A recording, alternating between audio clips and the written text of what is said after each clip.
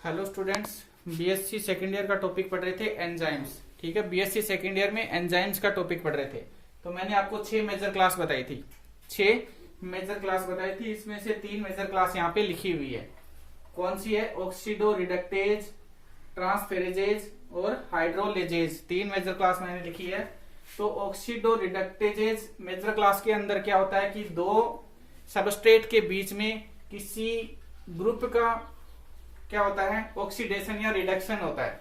ठीक है ना, दो सबस्ट्रेट के बीच में क्या होगा? ऑक्सीडेशन या रिडक्शन की प्रोसेस होती है। कौन सी एंजाइम के अंदर? ऑक्सीडो रिडक्टेजेज जो एंजाइम्स होती है उनमें दो मॉलिक्यूल या दो सबस्ट्रेट के बीच में ऑक्सीडेशन या रिडक्शन की प्रोसेस होती है। जैसे एक समीकरण यहाँ पे लिखा हुआ है कि ए जो है इसका पहले से ही ऑक्सीडेशन हुआ पड़ा है, बी जो है उसका पहले से ही रिडक्शन हुआ पड़ा है। जब यहाँ पे ऑक्सीडो रिडक्टेजेज एंजाइम का यूज करेंगे तो एक का क्या हो जाएगा? रिडक्शन हो जाएगा और बी का ऑक्सीडेशन हो जाएगा।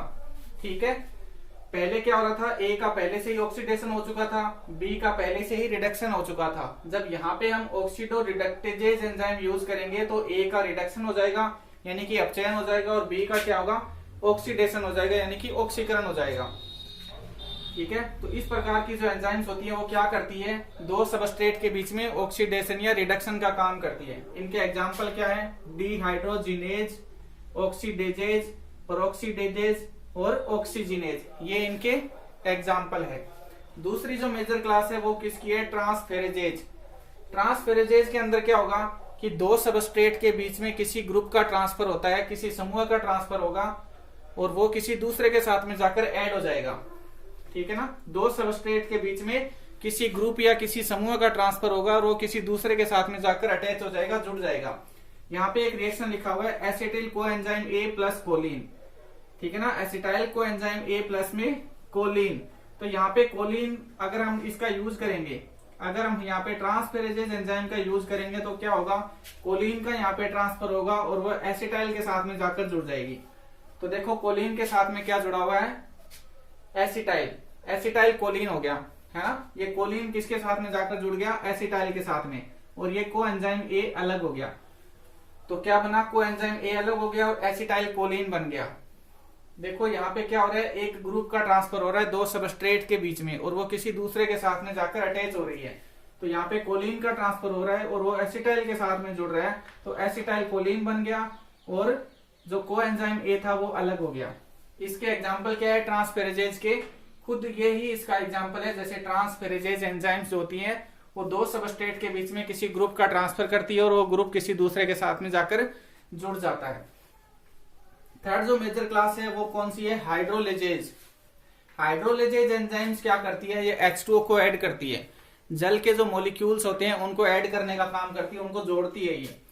तो जैसे डी गैलेक्टोसाइडेज को अगर हम H2O के साथ में इसकी रिएक्शन करवाते हैं, ठीक है, डी गैलेक्टोसाइड की जब हम H2O के साथ में रिएक्शन करवाते हैं तो क्या बनता है? एल्कोहल बनता है। ठीक है, एल्कोहल बनेगा और ये डी गैलेक्टोज बन जाएगा।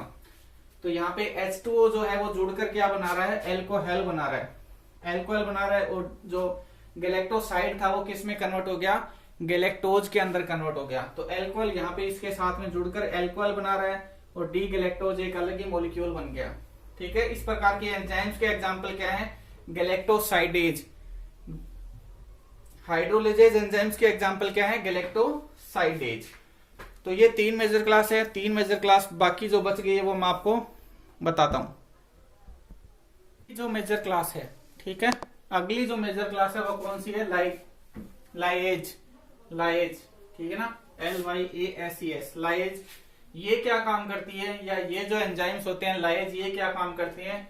ये सबस्ट्रेट में से किसी ग्रुप को हटाने का काम करते हैं। ठीक है, ये सबस्ट्रेट में से क्या करेंगे? किसी ग्रुप को हटाने का काम करते हैं। जैसे ये मेलेट कोई सबस्ट्रेट है तो मेलेट में से अगर H2O निकल जाएगा तो क्या बनेगा? फ्यूमरेट बनेगा। तो यहाँ पे इन्होंने क्या किया? H2O को हटाने का काम किया है। ठीक है, मेलेट था, मेलेट में से H2O उन्होंने हटा दिया तो क्या बना? फ्यूमरेट बना। ठीक है, तो ये क्या करेंगे? जो लाइजेज एंजाइम्स होते हैं वो सबस्ट्रेट में से किसी ग्रुप को हटाने का काम करते हैं। जैसे एग्जांपल हो जाएगा फ्यूमरेज। इस प्रकार के एंजाइम्स का एग्जांपल क्या है? फ्यूमरेज। अगला 5वां जो मेजर क्लास है वो कौन सी है? आइसोमरेजेज। ठीक है ना, आइसोमरेजेज। ये जो एंजाइम्स होती है ये क्या काम करती है, ये आइसोमराइजेशन का काम करती है, समयावीकरण का काम करती है। तो इनका यूज कहाँ पे होता है, समयावीकरण के अंदर इनका प्रयोग किया जाता है, आइसोमराइजेशन के अंदर इनका यूज होता है। जैसे ग्लूकोज 1,6 डाइफॉस्फेट है, ठीक है, ग्लूकोज 1,6 डाइफॉस्फेट है। अगर हम यहाँ पे आइसोमरेज एंजाइम का यूज करेंगे, यहाँ पे अगर हम आइसोमरेज एंजाइम का यूज करेंगे तो क्या बनेगा, ग्लूकोज 1,6 डाइफॉस्फेट का आइसोमर कौन होता है, फ्रैक्टोज 1,6 डाइफॉस्फेट होता है, ठीक है। तो जो ग्लूकोज 1,6 डाइफॉस्फेट है वो अपने आइसोमर के अंदर कन्वर्ट हो जाएगा, फ्रैक्टोज 1,6 डाइफॉस्फेट के अंदर ये कन्वर्ट हो जाएगा।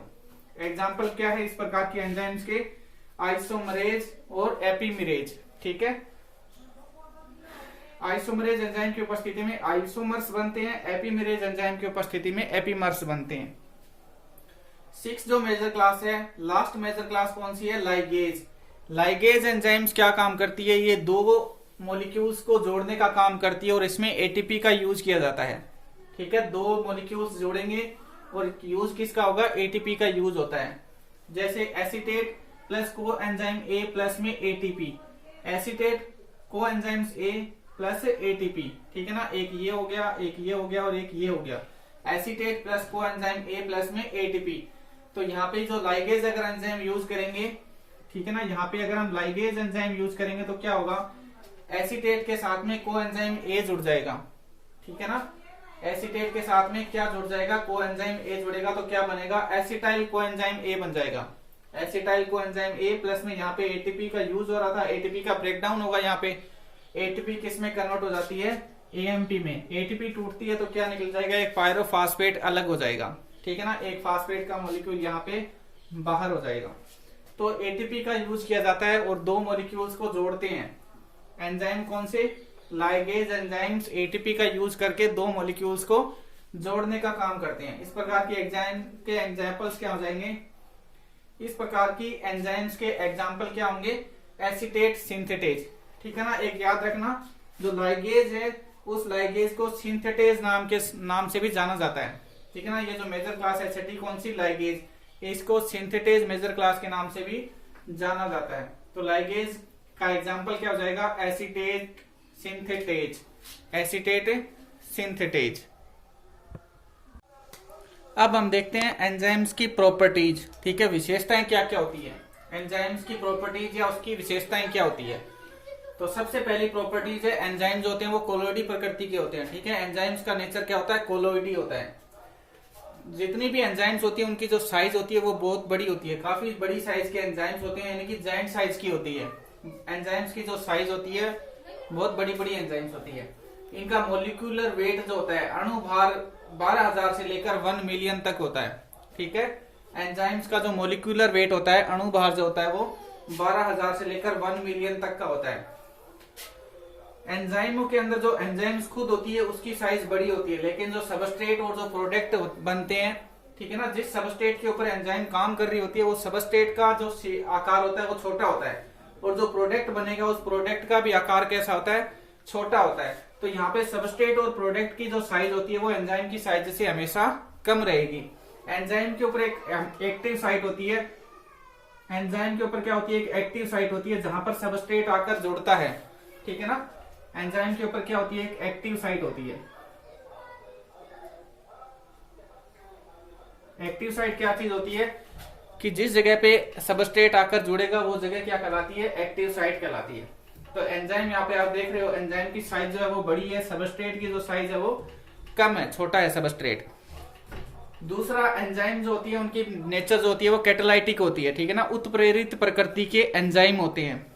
एंजाइमों का नेचर कैसा होता है, कैटालाइटिक, यानी कि उत्प्रेरित प्रकृति के एंजाइम होते हैं।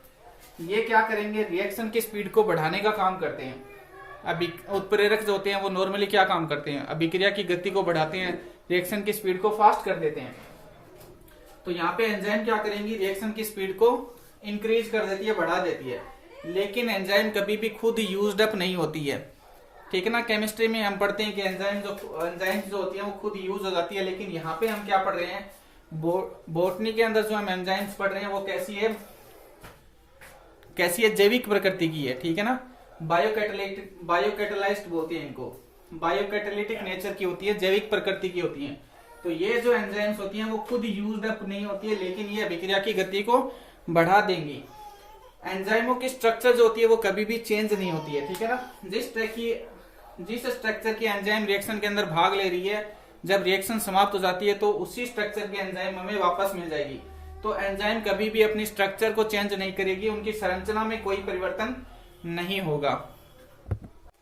तो एंजाइम्स जो होती है वो कैटालिटिक नेचर की होती है, उत्प्रेरण प्रकृति की होती है। एंजाइमों की कैटालिटिक नेचर को जानने के लिए या उनकी उत्प्रेरण प्रकृति को जानने के लिए हम क्या करते हैं, टर्नओवर नंबर ज्ञात करते हैं। हर एंजाइम का एक टर्नओवर नंबर होता है, और उस टर्नओवर नंबर को ज्ञात क्यों करते हैं, ताकि हमें ये पता चल जाए कि उस एंजाइम की उत्प्रेरण प्रकृति कितनी है, कितना उसका कैटालिटिक नेचर है। तो टर्नओवर नंबर का मतलब क्या होता है कि number of substrate molecule change to product per time, यानी कि 1 सेकंड के अंदर कितने सबस्ट्रेट मॉलिक्यूल प्रोडक्ट के अंदर, उत्पाद के अंदर चेंज होते हैं, उसे हम क्या बोलते हैं, टर्नओवर नंबर बोलते हैं। ठीक है, टर्नओवर नंबर का मतलब क्या हो गया कि 1 सेकंड के अंदर कितने सबस्ट्रेट के मॉलिक्यूल प्रोडक्ट के अंदर चेंज होते हैं, वो आपका क्या कहलाता है, टर्नओवर नंबर कहलाता है। ठीक है, तो एक नॉर्मल एंजाइम का टर्नओवर नंबर क्या होता है, एक सामान्य जो एंजाइम होता है उसका टर्नओवर नंबर कितना होता है, 1 से लेकर 10,000 प्रति सेकंड होता है। यानी कि 1 सेकंड में एक सामान्य एंजाइम 1 से लेकर 10,000 तक के प्रोडक्ट बनाता है। ठीक है, एक जो सामान्य एंजाइम होता है वो 1 सेकंड के अंदर 1 से लेकर 10,000 तक के प्रोडक्ट बनाता है। लेकिन एक अपवाद भी है, ठीक है ना, मैक्सिमम टर्नओवर नंबर भी होता है 6 लाख प्रति सेकंड, यानी कि 1 सेकंड के अंदर 6 लाख प्रोडक्ट बनते हैं। तो ये 6 लाख प्रोडक्ट किसके अंदर बनते हैं, 6 लाख उत्पाद कहाँ बनते हैं, तो एक रिएक्शन लिखी हुई है यहाँ पे CO2 प्लस H2O। इसमें अगर कार्बोनिक एनहाइड्रेज एंजाइम का यूज करेंगे तो कार्बोनिक एसिड बनता है। इस कार्बोनिक एनहाइड्रेज एंजाइम का जो टर्नओवर नंबर होता है वो 6 लाख प्रति सेकंड होता है। यानी कि ये जो एंजाइम होता है वो 1 सेकंड के अंदर 6 लाख प्रोडक्ट बनाता है। ठीक है, अगर इस रिएक्शन में से इस एंजाइम को अगर हम हटा देंगे, इस रिएक्शन में से अगर इस एंजाइम को हम हटा देंगे तो रिएक्शन की जो स्पीड होती है वो कम हो जाएगी। ठीक है, इस एंजाइम की उपस्थिति में क्या होता है, अभिक्रिया तेजी से चलती है। अगर ये एंजाइम हम हटा देंगे तो रिएक्शन की स्पीड कम हो जाएगी। अगर ये एंजाइम इस रिएक्शन के अंदर रहेगा तो रिएक्शन जो हो 6 × 10 की पावर 7 यानी कि 6 × 10 की पावर 7 टाइम फास्टली होती है, इतना गुना तेज हो जाती है। ठीक है ना, तो 6 लाख प्रति सेकंड इस एंजाइम का टर्नओवर नंबर होता है। 1 सेकंड के अंदर ये जो एंजाइम होते हैं वो 6 लाख प्रोडक्ट बनाता है। तो ये एक अपवाद है। ठीक है, नॉर्मल एंजाइम जो होते हैं उनका टर्नओवर नंबर कितना होता है, 1 से लेकर 10,000 तक होता है। यानी कि 1 सेकंड में 1 से लेकर 10,000 तक ये प्रोडक्ट बनाते हैं, उत्पाद बनाते हैं। तो ये टर्नओवर नंबर हम ज्ञात करते हैं। ठीक है, टर्नओवर नंबर का मतलब आप समझ गए होंगे कि क्या होता है, 1 सेकंड के अंदर कितने सबस्ट्रेट के मॉलिक्यूल प्रोडक्ट में चेंज होते हैं, वो चीज क्या कहलाती है, टर्नओवर नंबर कहलाता है। तो ये था कैटालिटिक नेचर ऑफ एंजाइम। ठीक है ना, दूसरी विशेषता हम पढ़ रहे थे, एंजाइमों का उत्प्रेरण प्रकृति हम पढ़ रहे थे। इसके बाद में जो थर्ड इसकी स्पेसिफिटी है एंजाइम की, उसे बोलते हैं एंजाइम क्रिया विशिष्टता या स्पेसिफिसिटी ऑफ एंजाइम। एंजाइमों की अगली जो विशेषता है, ठीक है, नेक्स्ट जो प्रॉपर्टी है एंजाइम की वो होती है स्पेसिफिसिटी ऑफ एंजाइम एक्शन। यानी कि एंजाइम जो होते हैं वो क्रिया विशिष्ट होते हैं। ठीक है, एंजाइम कैसे होते हैं, क्रिया विशिष्ट होते हैं। स्पेसिफिसिटी ऑफ एंजाइम एक्शन यानी कि एंजाइम जो होते हैं वो क्रिया विशिष्ट होते हैं। और इस प्रकार की जो एंजाइम है वो 4 भागों में डिवाइड करते हैं उसको। इनके 4 प्रकार होते हैं। ठीक है, 4 टाइप की होती है ये। तो पहला एब्सोल्यूट स्पेसिफिसिटी, इसका मतलब होता है निरपेक्ष विशिष्टता। एब्सोल्यूट स्पेसिफिसिटी का मतलब क्या होता है कि ऐसे एंजाइम जो किसी एक ही सबस्ट्रेट के ऊपर काम करेंगे, दूसरे के ऊपर काम नहीं करेंगे। ठीक है, ऐसे एंजाइम क्या कहलाते हैं, एब्सोल्यूट स्पेसिफिक एंजाइम कहलाते हैं, जो किसी एक ही सबस्ट्रेट के ऊपर काम करते हैं, दूसरे के ऊपर काम नहीं करेंगे। इसे हम क्या बोलते हैं, एब्सोल्यूट स्पेसिफिसिटी बोलते हैं, निरपेक्ष विशिष्टता बोलते हैं। दूसरा जो एंजाइम जो होते हैं वो ग्रुप स्पेसिफिसिटी पाई जाती है। एंजाइम के अंदर क्या पाया जाता है, समूह विशिष्टता पाई जाती है, यानी कि ग्रुप स्पेसिफिसिटी पाई जाती है। ऐसे जो एंजाइम होते हैं वो किसी मिलती जुलती संरचना वाले सबस्ट्रेट पर काम करते हैं। मतलब ग्रुप स्पेसिफिसिटी का मतलब क्या होता है कि एंजाइम और जो सबस्ट्रेट होते हैं उनकी जो स्ट्रक्चर होती है वो एक दूसरे से काफी मिलती जुलती होती है। तो ऐसे जो एंजाइम होंगे वो मिलती जुलती संरचना वाले सबस्ट्रेट के ऊपर काम करते हैं। ऐसे एंजाइम क्या कहलाते हैं? ग्रुप स्पेसिफिक एंजाइम्स कहलाते हैं। तीसरा जो प्रकार है वो कहलाता है ऑप्टिकल स्पेसिफिसिटी, यानी कि प्रकाशिक समव्यापी एंजाइम्स। ठीक है ना। ऑप्टिकल स्पेसिफिसिटी का मतलब क्या होता है कि प्रकाशिक विशिष्टता पाई जाती है इनके अंदर। तो ऐसे एंजाइम्स जो रहते हैं वो आइसोमर्स के ऊपर काम करते हैं, या तो वो एल टाइप के आइसोमर पे काम करेंगे या फिर वो डी टाइप के ऑप्टिक आइसोमर्स पे काम करेंगे। ठीक है ना। या तो वो एल टाइप के प्रकाशिक समव्यायों पर काम करेंगे या फिर वो डी टाइप के प्रकाशिक समव्यायों के ऊपर काम करेंगे। आप लोग केमिस्ट्री के अंदर पढ़ते हो एल और डी टाइप के ऑप्टिक आइसोमर्स पाए जाते हैं, समव्यापी पाए जाते हैं। तो ऑप्टिक स्पेसिफिसिटी जो होती है, जो ऑप्टिक आइसोमर्स जो ऑप्टिक एंजाइम्स होते हैं वो क्या काम करते हैं कि या तो वो एल टाइप के ऑप्टिक आइसोमर पे काम करेंगे या फिर वो डी टाइप के ऑप्टिक आइसोमर के ऊपर काम करेंगे। चौथा जो है वो कहलाता है जियोमेट्रिकल स्पेसिफिसिटी, यानी कि एंजाइम जो होते हैं उनके अंदर ज्यामितीय विशिष्टता पाई जाती है। इस प्रकार के जो एंजाइम होते हैं वो या तो सीस प्रकार के आइसोमर्स पे काम करते हैं या फिर ट्रांस प्रकार के आइसोमर्स पे काम करेंगे। ठीक है ना। इस प्रकार के एंजाइम्स या तो सीस जो आइसोमर होते हैं समव्यापी होते हैं उनके ऊपर काम करेंगे, या तो वो जो ट्रांस समव्यापी होते हैं उनके ऊपर ये काम करेंगे। तो इस प्रकार की जो एंजाइमों की विशिष्टता होती है वो कहलाती है ज्यामितीय विशिष्टता या फिर जियोमेट्रिकल स्पेसिफिसिटी। अगली एंजाइम की जो विशेषता है, एंजाइम की अगली विशेषता क्या होती है? हीट सेंसिबिलिटी या हीट सेंसिटिविटी। एंजाइम जो रहते हैं वो उष्मा के प्रति संवेदनशील होते हैं, सेंसिटिव होते हैं। तो शुरू में जब हम टेम्परेचर बढ़ाते हैं तो रिएक्शन की जो स्पीड होती है वो बढ़ती है। ठीक है ना। शुरू में अगर हम टेम्परेचर को बढ़ाएंगे रिएक्शन के अंदर तो अभिक्रिया की जो स्पीड होती है वो तेज हो जाती है। प्रत्येक 10 डिग्री के ऊपर क्या होगा? 2 या 3 गुना अभिक्रिया की जो दर होती है, रेट होती है, वो बढ़ जाएगी। प्रत्येक 10 डिग्री के ऊपर, प्रत्येक 10 डिग्री जब टेम्परेचर हम बढ़ाएंगे तो क्या होगा? 2 या 3 गुना अभिक्रिया की जो दर होती है वो बढ़ जाएगी। लेकिन ऑप्टिमम टेम्परेचर जो रहता है, सामान्य तापमान 30 से 45 डिग्री तक क्या होगा? अभिक्रिया की जो वृद्धि होती है, स्पीड जो होती है या जो रेट होती है वो बढ़ती रहेगी। लेकिन अगर टेम्परेचर 60 डिग्री सेल्सियस से ऊपर चला जाएगा, ठीक है, अगर टेम्परेचर 60 डिग्री सेल्सियस से ऊपर चला जाएगा तो एंजाइम की जो एक्टिविटी होती है वो कम हो जाएगी। नॉर्मल टेम्परेचर 30 से 45 डिग्री तक अगर टेम्परेचर रहेगा तो एंजाइम जो है वो बढ़िया तरीके से काम करेगा, उसकी एक्टिविटी अच्छी होगी। लेकिन अगर टेम्परेचर 60 डिग्री से ऊपर चला जाएगा तो एंजाइम की एक्टिविटी है वो कम हो जाएगी, डिक्रीज हो जाती है। ठीक है ना। तो हम बोल सकते हैं कि एंजाइम जो होते हैं वो उष्मा के प्रति संवेदनशील होते हैं, टेम्परेचर के प्रति क्या होते हैं? संवेदनशील होते हैं, सेंसिटिव होते हैं। अगला जो प्रॉपर्टी है एंजाइम की वो क्या है? रिवर्सिबिलिटी, यानी कि एंजाइम जो होते हैं उनके अंदर उत्क्रमणीयता पाई जाती है। रिवर्सिबिलिटी होती है, उत्क्रमणीयता होती है। जैसे यहाँ पे एक लिखा हुआ है reaction glycerol plus fatty acid, और इस तरह का एरो लगाया हुआ है। ठीक है। ग्लिसरॉल प्लस फैटी एसिड क्या बनता है? फेट बनता है। अगर हम लाइपेज एंजाइम का यूज करेंगे तो क्या बनेगा? फेट बनेगा। अब तो रिवर्सिबिलिटी का मतलब क्या होता है कि एक बार तो रिएक्शन इस दिशा में चल रही है, ग्लिसरॉल प्लस फैटी एसिड क्या बन रहा है? फेट बन रहा है। अगर हम चाहें तो वापस फैट से हम क्या बना सकते हैं? ग्लिसरॉल और फैटी एसिड बना सकते हैं। ठीक है। तो दोनों दिशाओं में रिएक्शन चलती है। फैट से हम वापस क्या बना सकते हैं? फैटी एसिड बना सकते हैं और ग्लिसरॉल बना सकते हैं। तो जो रिएक्शन है वो दोनों दिशाओं में चलेगी। इस प्रकार की रिएक्शन आपकी क्या कहलाती है? उत्क्रमणीय अभिक्रिया कहलाती है, रिवर्सिबल रिएक्शन कहलाती है। ठीक है। तो एंजाइम्स होते हैं उनके अंदर उत्क्रमणीयता पाई जाती है, रिवर्सिबिलिटी पाई जाती है। लास्ट जो प्रॉपर्टी है एंजाइम की, जो लास्ट विशेषता है वो क्या होती है? PH sensitivity. प्रत्येक जो एंजाइम होती है वो उनका कुछ निश्चित पीएच मान होता है। ठीक है। प्रत्येक एंजाइम का क्या होता है? निश्चित पीएच होता है। जैसे एमाइलेज एंजाइम है वो एसिडिक पीएच पे काम करती है, पेप्सिन एंजाइम है वो भी एसिडिक पीएच पे काम करती है, यानी कि अम्लीय माध्यम में काम करती है। आपका यूरिएज जो एंजाइम है वो न्यूट्रल मीडियम में काम करती है, उदासीन माध्यम में काम करती है। और ट्रिप्सिन जो है वो एल्कलाइन पीएच पे काम करती है, क्षारीय माध्यम में काम करती है। तो हर एंजाइम का क्या होता है? अपना एक पीएच मान होता है और उसी पीएच के ऊपर वो एंजाइम काम करती है, उसी पीएच माध्यम के अंदर वो एक्टिव रहती है। तो ये कुछ एंजाइमों की विशेषताएं थी। अगर वीडियो आपको अच्छा लगे तो लाइक, शेयर और सब्सक्राइब जरूर करें। Thank you.